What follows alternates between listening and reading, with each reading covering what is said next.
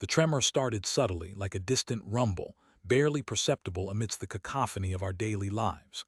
For years, our marriage had been a placid lake, reflecting the calm skies of contentment, or so I believed. My name is Alaric, and at 44 I was a software engineer in bustling Seattle. My life with Bronte, my wife of 15 years, was, in my estimation, a success story.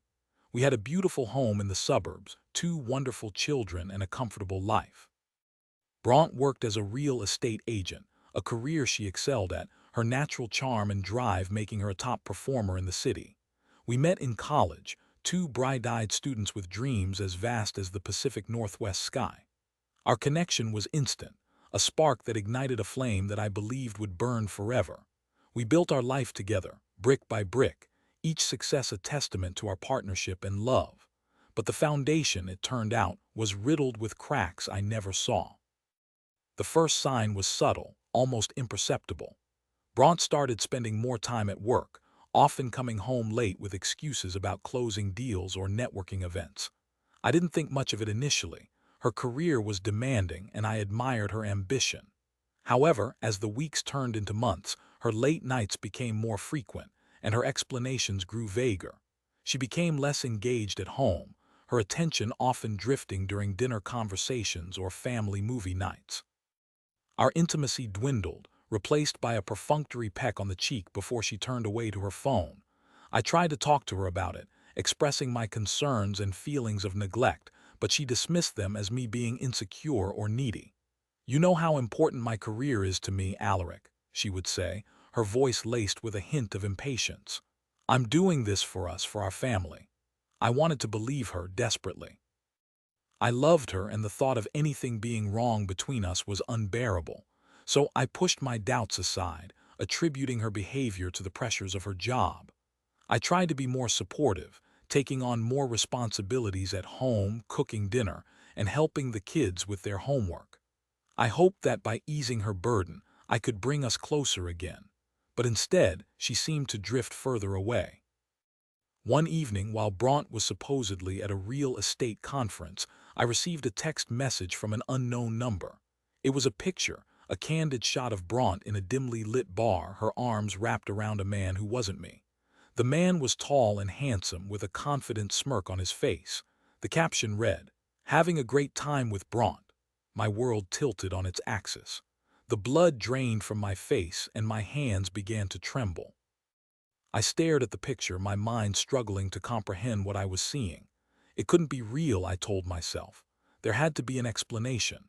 Maybe it was an old picture, or maybe she was just being friendly. But deep down, I knew the truth. The woman in the picture was my wife, and she was betraying me. I tried to call Bronte, but she didn't answer. I sent her a text message asking her where she was, but she didn't reply. Hours passed, each one an eternity of agony. I paced around the house, my mind racing with questions and doubts. How could she do this to me? What had I done to deserve this? Was our entire marriage a lie? Finally, around 2 a.m., Bronte came home. She looked tired but also flushed, her eyes sparkling with an unfamiliar excitement. "Hey, honey," she said, her voice a little too cheerful. "How was the conference?" I asked, my voice barely a whisper.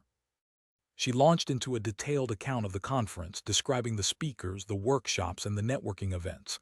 I listened in silence, my heart pounding in my chest. When she finished, I pulled out my phone and showed her the picture. Her face paled. "What is this?" she stammered, her eyes darting around the room.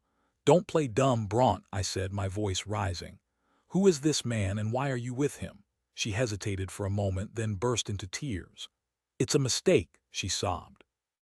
"It didn't mean anything." "A mistake," I repeated, my voice filled with disbelief. "You're cheating on me, Bronte. How can you call that a mistake?" She tried to deny it, to minimize it, to blame it on alcohol or stress. But I wasn't buying it. The picture was proof, and her lies were just adding insult to injury. The next few days were a blur of anger, tears, and accusations. I confronted her about the affair, demanding to know how long it had been going on and who the man was. She confessed that it had started a few months ago and that the man was a colleague named Jasper. She claimed that it was just a physical attraction and that she still loved me. But her words rang hollow.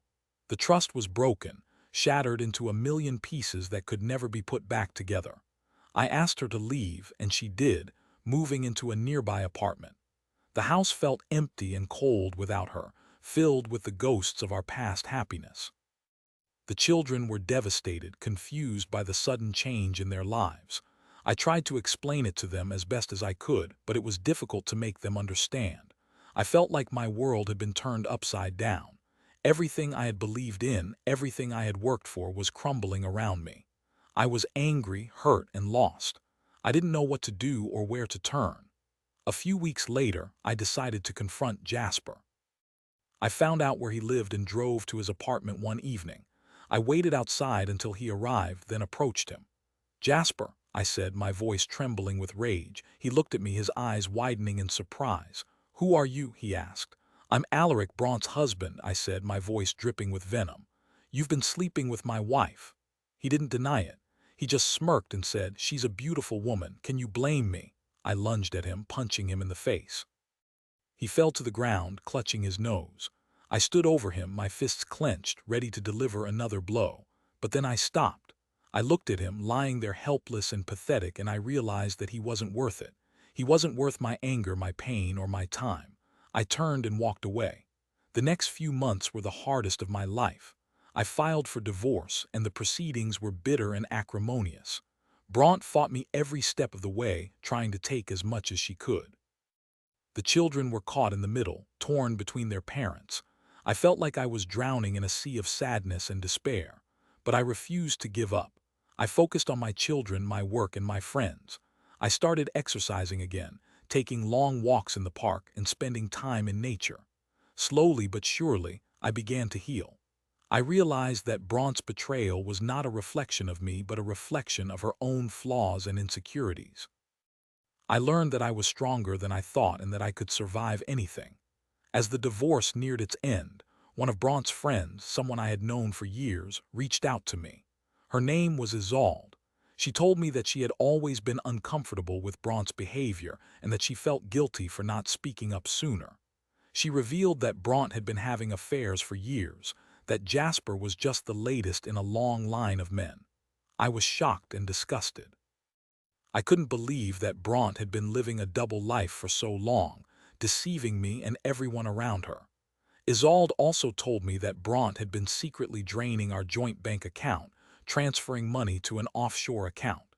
She had planned to leave me and take the money with her, leaving me and the children penniless. I was stunned. Bronte's betrayal was even deeper and more calculated than I had imagined. I immediately contacted my lawyer and presented him with the evidence Isolde had provided. He was able to freeze Bronte's assets and prevent her from taking the money. The divorce was finalized a few weeks later. Bronte received nothing, and I was awarded full custody of the children. She moved out of state, leaving her old life behind. I never saw her again. In the years that followed, I rebuilt my life. I focused on my children, my career, and my own happiness. I started dating again, but I was cautious, wary of being hurt again. Eventually, I met someone special, a kind and compassionate woman who loved me for who I was. Her name was Genevieve, and she became my wife. We built a new life together, filled with love, trust, and respect. I never forgot about Bronte's betrayal, but I refused to let it define me. I learned from my past mistakes and moved on, stronger and wiser. I realized that true happiness comes from within and that no one can take that away from you. One day, a few years after my remarriage, I received a phone call from an unknown number. I hesitated before answering, but curiosity got the better of me. "Hello," I said. "Alaric," a familiar voice said. It was Bronte. "What do you want?" I asked, my voice cold. She told me that her life had fallen apart. Jasper had left her and she was broke and alone. She begged me for forgiveness, but I refused to give it to her. "You destroyed our marriage, Bronte," I said. "You betrayed me and our children. I will never forgive you." I hung up the phone and blocked her number. I never heard from her again. I often think about Bronte and wonder what happened to her. I hope that she learned from her mistakes and that she found some measure of happiness in her life. But I also know that she will never escape the consequences of her actions. Her betrayal cost her everything, and she has no one to blame but herself. As for me, I am grateful for the lessons I learned and for the new life I have built.